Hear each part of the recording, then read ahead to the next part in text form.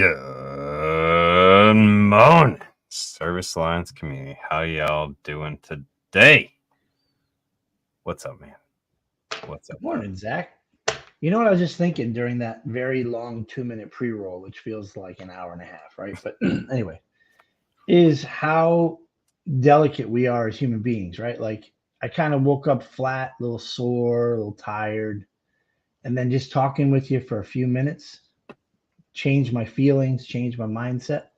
Now I'm ready to go to work and take on the day. So what does that tell me? I got to really start focusing on taking care of the body and the mind over the weekend, because it's pretty amazing how our feelings will dictate what direction we're going to head in for the day or the week. 100%.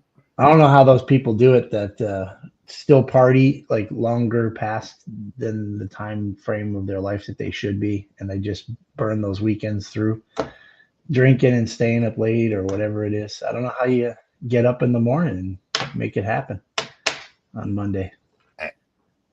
Those years are long behind me.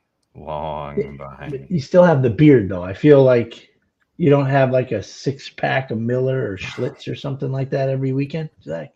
No. Sorry for the stereotype. Do you have tattoos as well? Yeah. Yeah, Schlitz is not your drink. Oh, oh. All right. No, Oh, it's Colt. It's Colt. when I was younger, yeah, I was a heavy drinker. But once I kind of took over the business and had a daughter and kind of grew up, those things go away. So Yeah. yeah, speaking of Gimpalongs, I heard Gimp from is Rob is yeah, in trouble. yeah, he's doing better now. He had a rough week. Nurse Carrie was taking care of him. Oh, You good know, to I feel good to like know he's back. I feel like my approach is way better. Do less. Take care of yourself. Just don't do much. Because look at Rob. I mean, he's like, 5 years older than me. He shouldn't be on a bike and stuff. That's too much. You Oh goodness. So today we're talking ethics. Uh it's kind of the core of business, right? Absolutely. If I mean, yeah, there's a lot of ways to go with this. We're talking ethics today in business, and we're taking your temperature and kind of sharing some examples from where we've been in business, and we'll take it from there. We'll see where this prattle fest is gonna go. You want to pray us up, brother? Wow, he just pulled the curtain back. So we're just prattling today. All right. All right. Like different than any other Monday. Lord, good morning, Lord.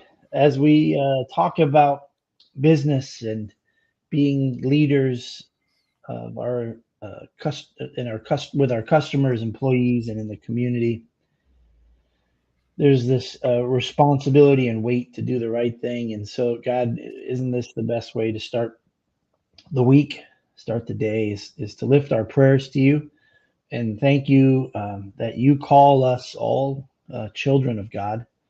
And so, Lord, at the deep foundation of each of our souls, Lord, I just pray that the Spirit remind each and every one of us that we are a beautiful, wonderful child of God, and that you have given each and every one of us different gifts, different talents, and you even use our weaknesses, Lord, in your for your will. And as the great orchestrator, Lord, you create wonderful music, especially when we're obedient and following and listening and paying attention to where you want us to be, Lord. So help us celebrate today, this week, the gift of life, the gift of being made in your image and being considered and adopted as a child of God. In Jesus' name, amen. Amen. Um, yeah, I mean, the prattle really is no different than normal. This is one of those topics that it's kind of like you got it or you don't. I mean, you can become more ethical over time.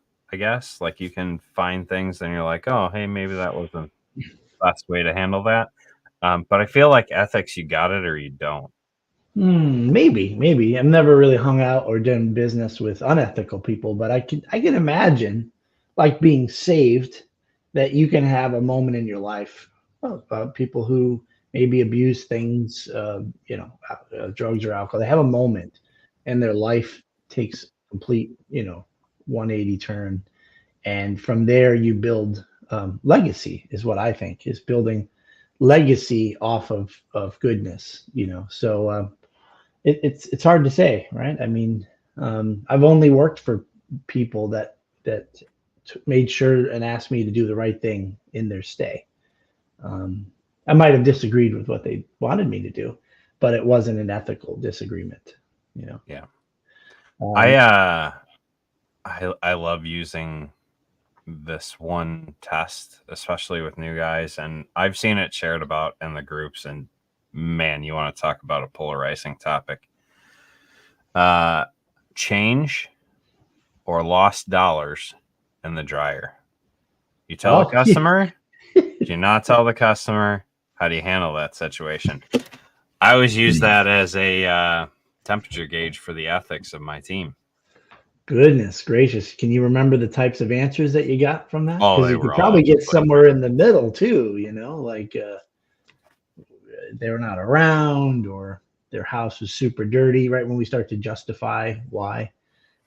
You prayed to God for $25 and there it is in exact change. I mean, isn't that meant to be? Yeah, it was all over the place. And the moment you hear someone start to justify something, you know that their ethics aren't quite at that level, right? Yeah. What? Um, But I mean, you pull something out of the air at just that one little moment. Someone might not even realize that there's an ethical behavior behind something like that. And it's really about exploring that with people and your mhm. employees and your peers to see if they're open-minded, right?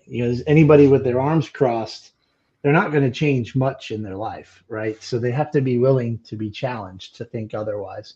But it is a great opportunity, man. The more the money you can find in the dryer and then bring that to the customer, you are taking care of one of the biggest fears that every single customer has, whether they know it or they don't even know it. Like it's in their subconscious. Am I getting screwed by this stranger who's coming into my house? So it's just a wonderful way to show them who you are. Although if there is a couple $100 bills in there, no, just kidding, just kidding. That's why it was such a great litmus test, right? Because it Yeah, does allow you to demonstrate how ethical and how much your company cares. You want to talk about showing how you care. I mean, that's literally a practical way of showing how you care. It's a practical way of showing ethics, which I mean, that's not something you can just show, right? right. Um, so Although, it's all a right, really good litmus test. I'll tell you a quick story. I promise you. All right. So we used to have in the '90s a bunch of used appliance stores.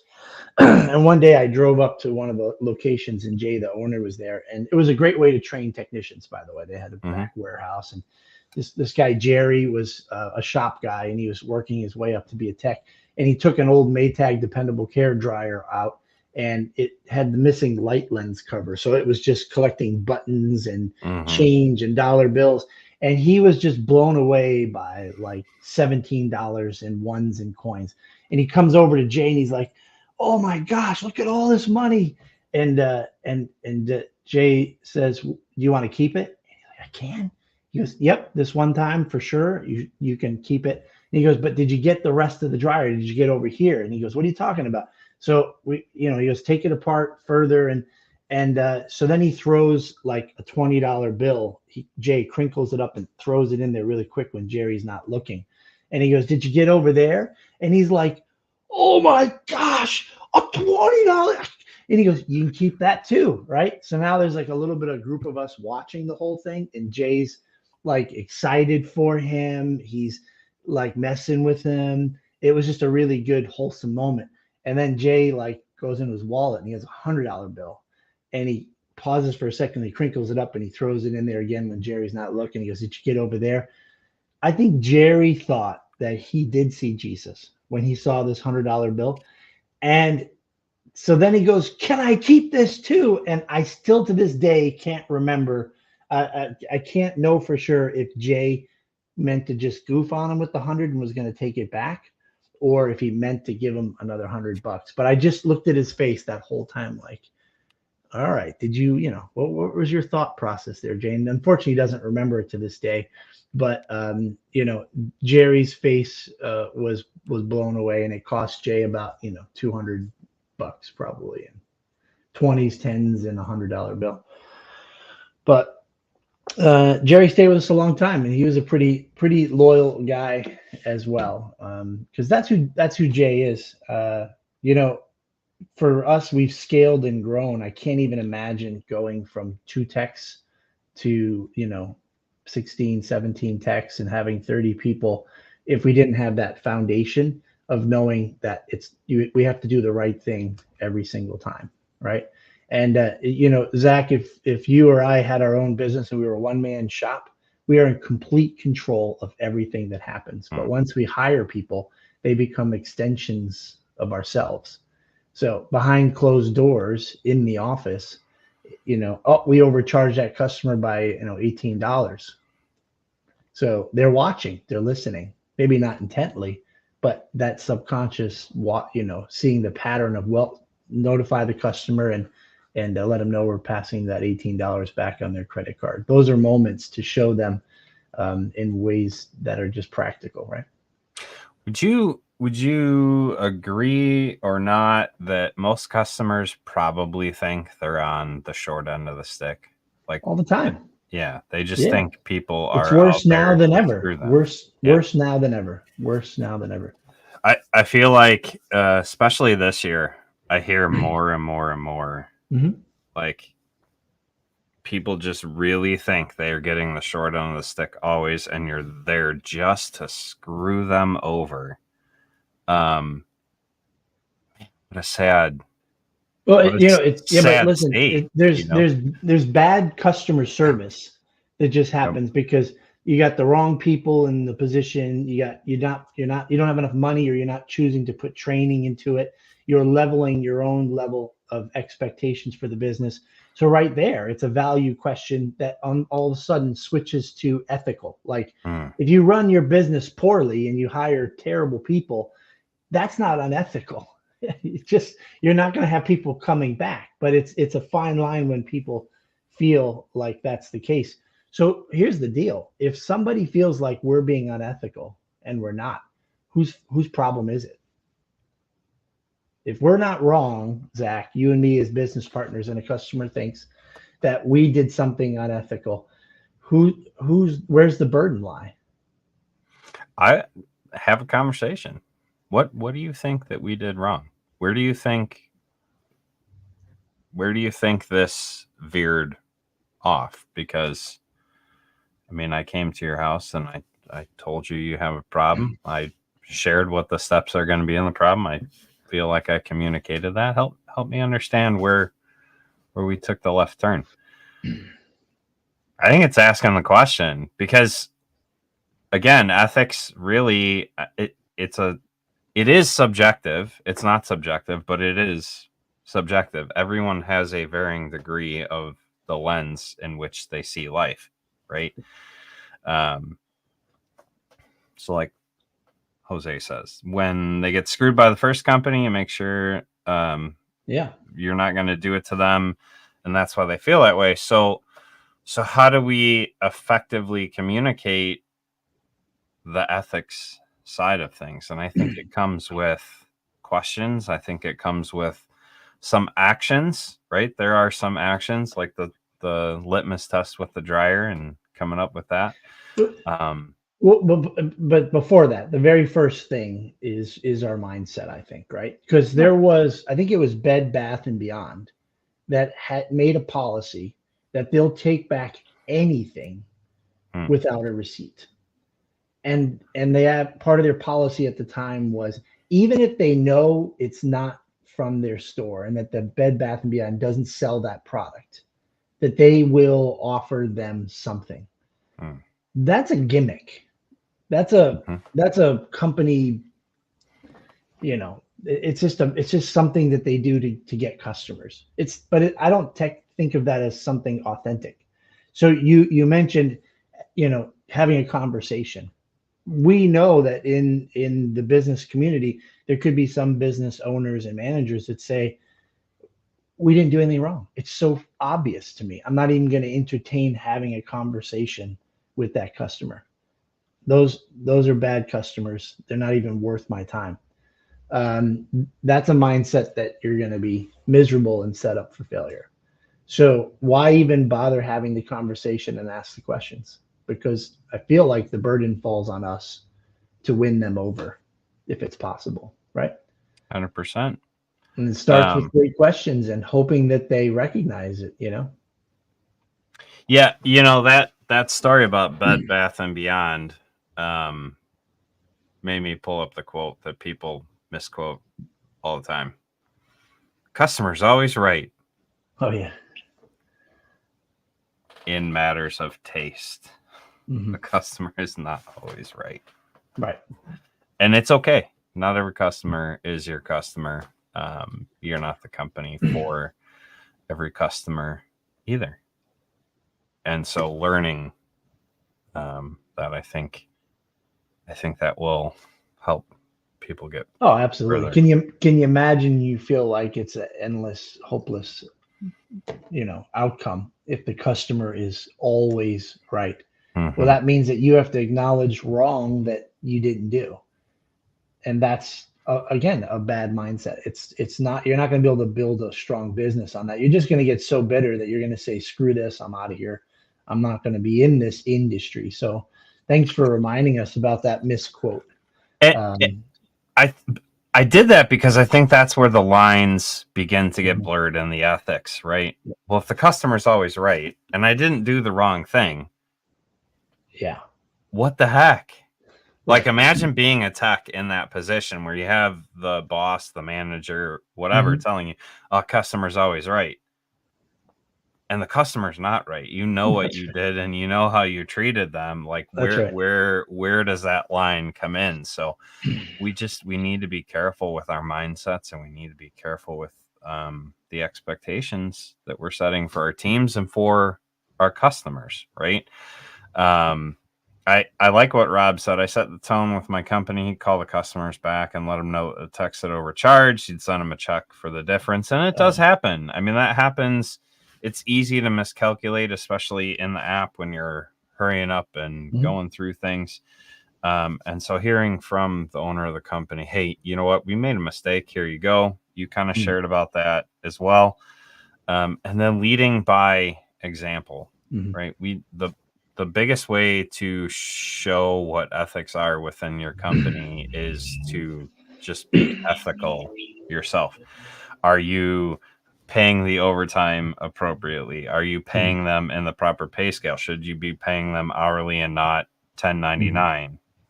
Mhm. It's a big one in the Sure. community. There's a lot of people that are like, I use subs and I only use subs, but some of them aren't classifying employees appropriately. So are we being ethical in everything that we're doing? But there's a burden, I think, because it's a pretty delicate dance, almost Mm-hmm. like a little minefield, right? Of who's responsible for what and who should be in charge in that moment. But I think that back to Jose's comment, right? That the reality is it is our burden Mm-hmm. to win them over, to authentically show them that they can trust us and that we're always going to do the right thing. Because if the bill's expensive Mm-hmm. and they're struggling to see the value, that's not an ethical question. That's a conversation where you hope that both sides can appreciate that. But if a customer has had bad experiences in the past, man, you have to overcome Mm-hmm. all their baggage if you choose to do that. And that's the trick. So there have been times, and I tell my technicians this all often, we have a 90-day warranty on any service call. So if there's a new problem unrelated to what we did, it's free to go back and we re-diagnose it. And if there is something else that needs to be done, the customer would only have to pay the retail on the part. If they choose not to, then we'll take the parts that we put in the machine for the other issue out and give them all their money back, but the service fee. Hmm. So for us, sometimes it's a difficult job to try to explain to the customer, hey, that's a new problem. That's not related to the first thing that we did, because they want it done for free, right? Like, hey, you broke this. So I try to explain in my text, it's your job to help them understand how that machine works, number one, and how that unrelated part of that machine, there's no connection there. And that sometimes can be really hard to do if someone's not super technical. But if you just assume that there's some way you can get through them, you'll speak to them at their level. They sense and feel and know that you're trying your best to help them understand. And their first instincts might be, whatever they're trying to snow me on, all I know is I'm not getting screwed. If you're persistent at trying to help them understand, I've seen it so often where there's like a little switch flips and they're like, okay, all right, all right, all right. I see what you're saying. I see what you're saying. Because with our great warranty, you would think that people would be like, fine, then take the parts out and give me my money back. Half the time they don't want that. They want the second new part for free because you touched it last and you broke it. So it doesn't even matter how great the warranty is. You've got to get through to that customer and let them know, I hear what you're saying. My job is to show you why I know this is a separate issue and this is the best I can do for you. And most of the time they come around. But if my technicians mail it in and take shortcuts and don't go that extra mile, then I'm going to side with the customer, because the burden, I think, falls on us to show them that we are there to care for them and that we're going to always do the right thing, even when it's hard to show that. I think that brings up a great point of ethics, right? Like, how much of what people say is ethics is just laziness? In what way? So, when you're working with a customer, oh, they're trying to screw me. They're trying to screw me. How much of that is just either lack of communicating the education, yeah, or just laziness on the customer's part? You're suggesting, maybe, right? Or the technician or what? I think I see that what can you're go saying. either Even way. the technician's like, that's not my job. You told me to Right. go in and diagnose this. And no, your job is to go in and take care of our customer. And some are easy and some are hard, just like diagnosing appliances. Some are easy and some are hard. Very good point, Zach, that there are people that are lazy, stubborn, and obstinate. Absolutely. You see it on social media every day, right? Mm-hmm. It's exhausting. Well, and I when you read the Google reviews, oh, they're the most unethical company. Mm-hmm. Is it really ethics, or is it just like lazy and not like, or is it you got what you paid for? I mean, did you pay Chuck in a truck and you gave him $50 to fix your washing machine, or did you call out Action Appliance and you paid $250 and you got like the level of service that you paid for, right? Like which is it? And so I think that's where those lines in ethics kind of get blurred. Just a fun little point to bring up. This is when the most important poster ever made comes into play, right? Be impeccable with your word. Always assume the best of others, right? Don't take it personally. And when it's all said and done, in this situation, I can have 4 customers feel like they don't understand or they feel wronged and they think we've done something unethical, incorrect, and they want to be made whole. And our job is to go to a certain amount of lengths to try to win them over. And I will tell you that I've gone way too far, of course, trying to win the customer over. But I would tell you that I had to put in many, many thousands of hours of figuring out where your intuition kicks in. And that this is a customer that you'll be able to diagnose. This is a customer that's out as a predator to steal from small business. Oh, no, this is just a really angry, simple-minded person that's not going to understand. And here's a person where if you just start working at it, they come around. And then there's some people that are just blown away when you take responsibility right away. They Right. share everything, and you go, let me just recap what you said. You mentioned this, this, and this. I just want you to know in your story, I heard 3 other things that concerned me as well from our side. This, and this. And so for that reason, I want to try to make things right and appreciate you sharing all this stuff, because I don't want you to think our mistakes are something that is part of our business practice or some sort of ethical, scheme to rip people off. So you're going to make us better. Thank you so much. Here's what I'd like to offer: that clutching gas, knowing to be able how to diagnose those people. But if you've always put them all in one category, you've got some bike riding to do with Rob. You got to put some miles on the bike and build up some muscle to figure out how to diagnose that faster. Yeah, that takes time. I mean, that's time and practice, and how many people are willing to put that in. I will say those that are willing to put in the time and the effort to get better at that practice, oh man, is it worth it. It is well worth it. But it does take a lot of time. It does take a lot of practice. When it comes from Saul, you can't tell if that's an insult, compliment, or if he just didn't have his coffee yet. I mean, it's 8:30 in the morning over there in Miami, so you would imagine he's had his coffee by now. Oh yeah. Hard to say. No, I love it. I guess for me, this topic is just so hard because I feel like you have ethics or you don't, right? I know there's people I live in shades of gray too, right? But this is one of those, you're ethical or you're not ethical. I've never really thought about this too much, Zach, but I mean, it's not an either or. It's evaluating all decisions and your beliefs, and they're changing all the time. They're always adjusting and changing. I mean, is it unethical of a customer to scream within 2 minutes to say, you ripped me off, you scam artist, you took advantage? If that's how they lead, right? That happened, 2% of the time when in the 90s. Now it happens 3 times a week.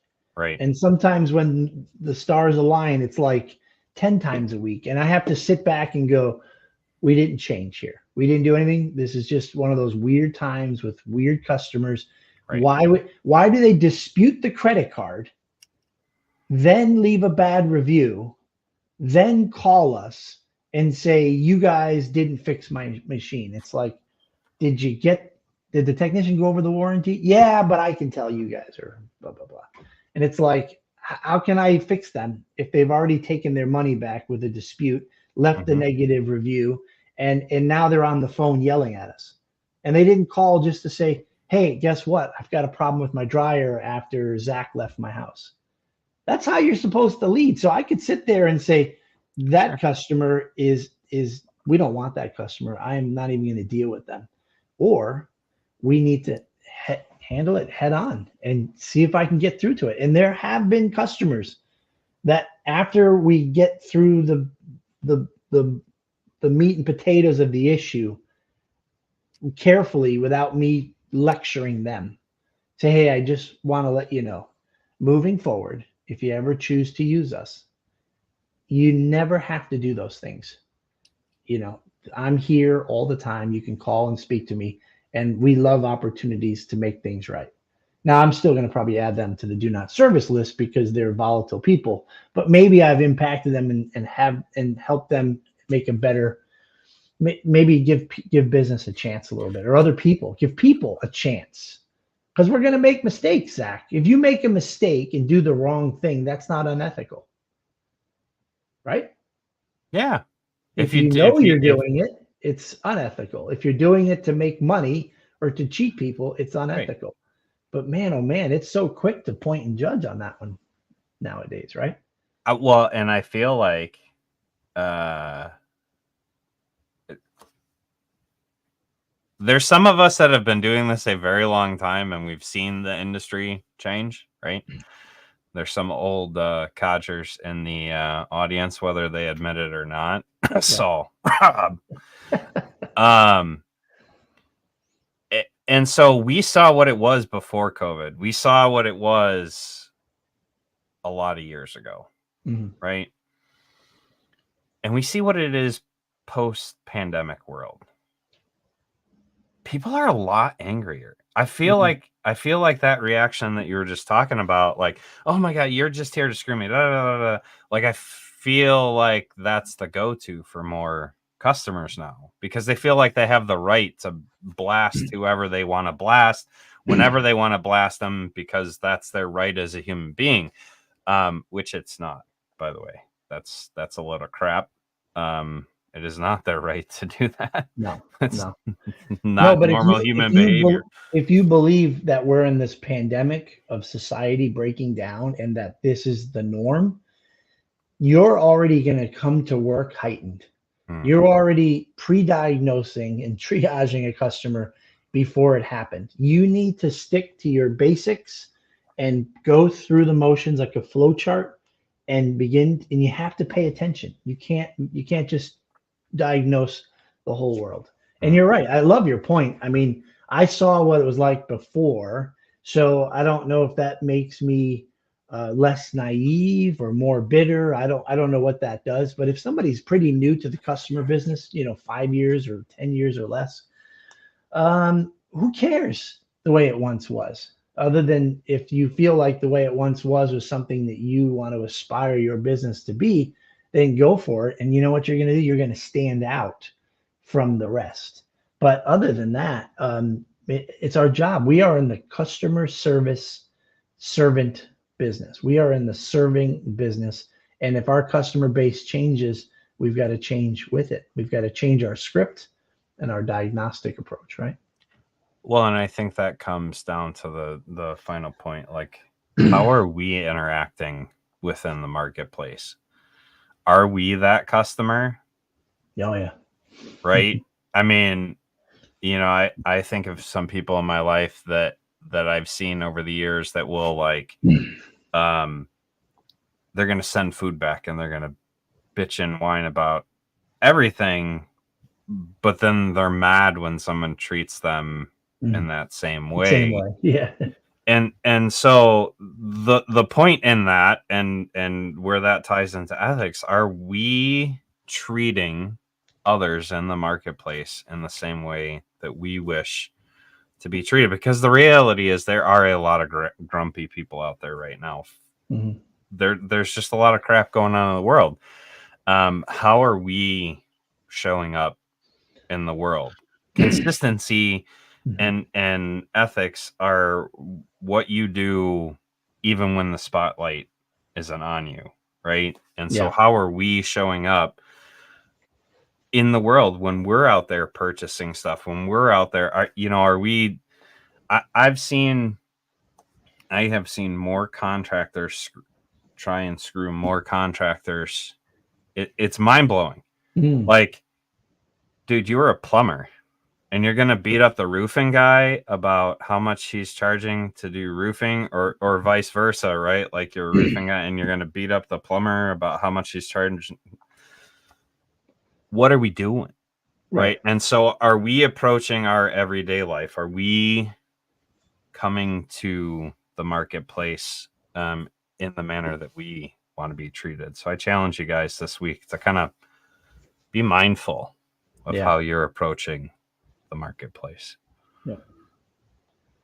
It's very rare for Rob and Saul to have a meaningful comment in one of the our morning grind, but post Amazon, right? That's a good example of us having to pivot with the way customer service happens, right? I mean, people can return something without any question to Amazon, and now that's supposed to be letter of the law for everyone.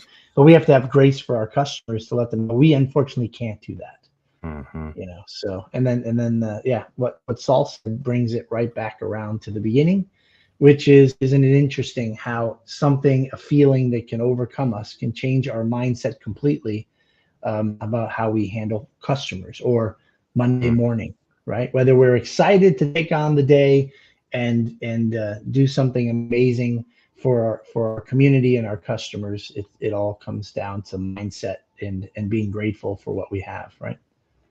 Wow, these comments are flying. You guys are quiet every other day, so this one apparently Different touched a nerve. attitude has a lot to do with, yeah, absolutely. Yeah, Um, yeah, Joe, it's your technicians are extensions of you, and you want to give every customer that you go into their home the best service ever. And now you got to trust your technicians. You got to trust your employees. It's um, it's a difficult battle, or a challenge. It's a difficult road to get them to live to your level, and not own the business. So you can get those loyal employees. You better take care of them and love them. I do like this. 90 days is the number on paper. I'll take care of it if something happens. With parts, that's hard. I really struggle with that because we have manufacturers that don't want to honor their warranties. But as far as like service and labor goes, my attitude has kind of come around on this, right? The roofing company I work for, on paper it says 5 years, but the reality is if we screw something up, we're going out in 10 years, right? If we screwed it up, we're going to fix it. We're going to make it right. So I do like that. I like, it's a great way to show that you care and to show that you're going to do the right thing in every situation. So That's off script, I think, right there, which goes a long way in showing your customer how authentic you are. Like, mhm, what is the difference between calling Sears and calling Andrew's company? mhm. Andrew's, like, the customer may already be looking at the paperwork and going, it's 107 days. Oh my gosh, this is crazy.